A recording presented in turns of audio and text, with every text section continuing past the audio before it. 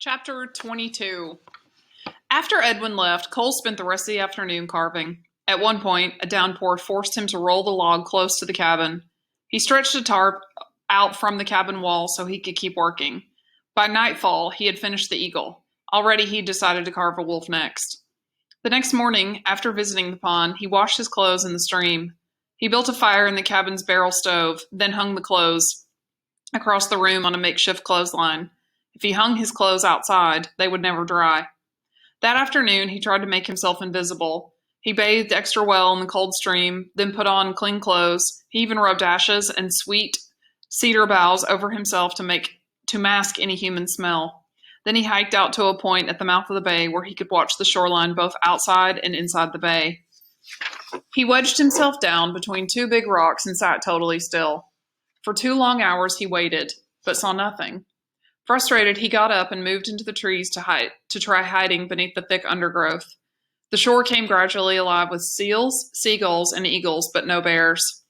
Finally, chilled to the bone, he returned to camp. Several more times before Edwin's next visit, Cole tried being invisible, but had no luck. One morning, a beaver swam around him as he sat in the pond. At first, all he could see was a V-shaped ripple on the surface as the animal swam closer and closer. Cole cleared his mind, breathed deeply, and sat completely still.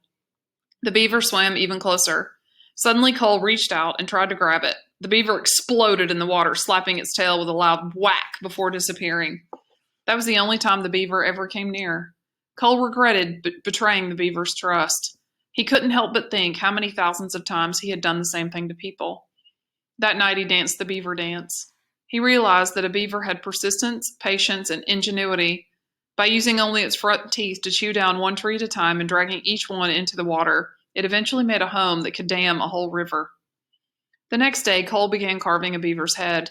He tried to think about the lessons the beaver had to reach, but he grew frustrated by how poorly he carved. His beaver head looked more like a deformed frog.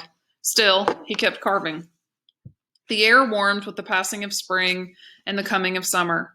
Some days not a cloud showed in the open blue sky, but most days were drizzly and wet. Cole had never seen a place with more rain.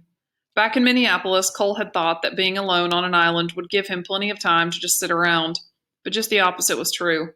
Each day he kept busy cooking, carving, soaking in the pond, fishing, carrying the ancestor rock, washing clothes, doing schoolwork, and cutting firewood. Cole prided himself on how sharp he kept his knife and hatchet.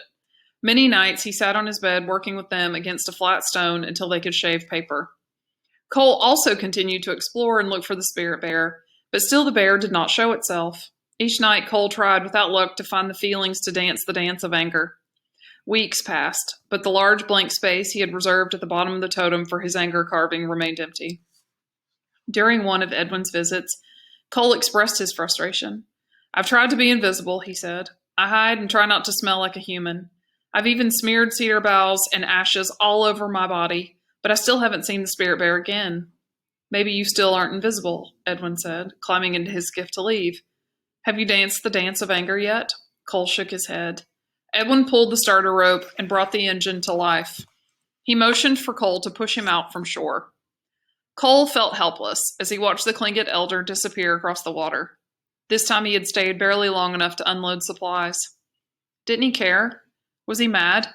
Cole returned to camp and spent the rest of the day carving. As he carved, 2 questions haunted him. What was the one thing that would help him heal? And how could he become invisible? Many days, Cole still fought hard to escape his familiar rage. It kept reappearing for no reason he could understand. At these times, he concentrated on funny and happy things. No matter how hard he tried, however, he still couldn't bring himself to dance the dance of anger. Long, frustrated hours beside the fire brought angry movements, but the dance refused to come to him. One day, after carrying his ancestor rock up the hill, Cole rolled his anger away, then sat down to think. Why had the spirit bear come to him when he lay wounded? Why had the beaver and fish come so close to him in the pond? He hadn't been invisible at those times. And why hadn't the bear showed itself again? Cole puzzled so hard his head hurt, but there seemed no connection. Nothing made sense.